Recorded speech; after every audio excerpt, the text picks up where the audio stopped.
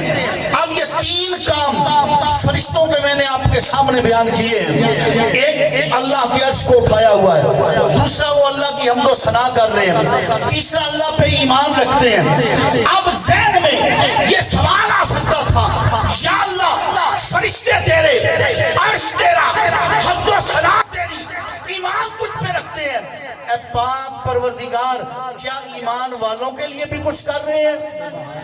اب یہ سوال ذہن میں آنے سے پہلے ہی رب تعالیٰ نے قرآن میں واضح فرما دیا، فرمایا اے مومنو تمہیں اپنے مقام کا پتہ نہیں ہے، تمہاری جو شان، تمہاری جو عظمت، تمہارا جو مقام ہے تمہیں اس کے بارے میں علم نہیں ہے۔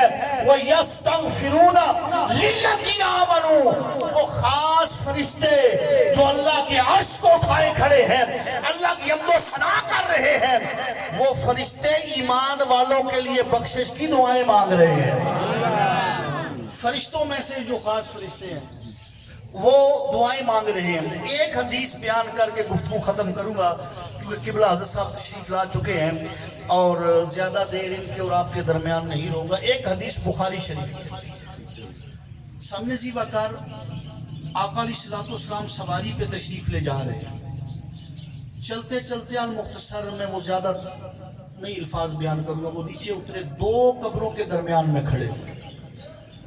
اب جب جا کے کھڑے ہوئے تو صحابہ اکرام سے فرمایا کہ یہ دونوں قبریں نصارہ کی ہیں، اور حضور نے یہ بھی بتا دیا کہ ان میں عذاب ہو رہا ہے، اور ساتھ یہ بھی فرمایا کہ ایک پیشاب کے چھینٹوں سے نہیں بچتا تھا اور دوسرا چغل خور تھا، اور یہ دونوں چیزیں ہم میں پائی جاتی ہیں، جب باہر پیشاب کرتے ہیں ہم خیال نہیں کرتے، اور چغل خوری تو عام ہے۔ اور ایک بات یہ بھی واضح ہو گئی کہ قرآن کے بعد بخاری شریف کا درجہ اول ہے، مستند اگر کتاب ہے بخاری شریف، بخاری شریف کے اندر یہ حدیث موجود ہے، مسلم شریف کے اندر موجود ہے۔ پتہ چلا سرکار قبروں کے درمیان کھڑے ہو کے قبروں میں جو کچھ ہو رہا ہے وہ بھی جانتے ہیں، اور یہ بھی جانتے ہیں عذاب کیوں ہو رہا ہے۔ اور پھر رسول کائنات نے کیا کیا؟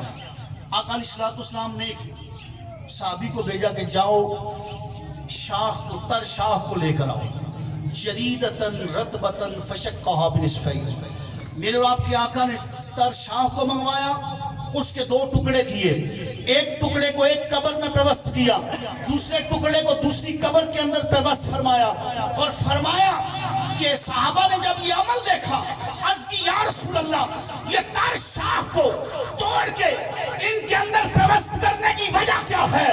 سرکار نے فرمایا جب تک شاخیں ہری رہیں گی ان کی تسبیح کی برکت سے اللہ تعالیٰ عذاب میں تخفیف فرما دے گا۔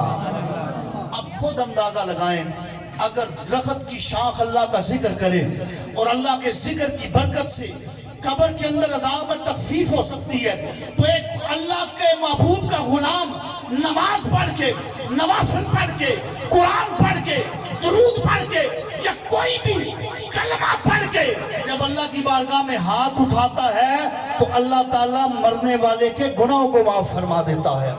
رب کی بارگاہ میں دعا ہے کہ مولا کریم ہم سب کو عمل کی توفیق عطا فرمائے۔ وآخر دعوانا ان الحمدللہ رب العالمین۔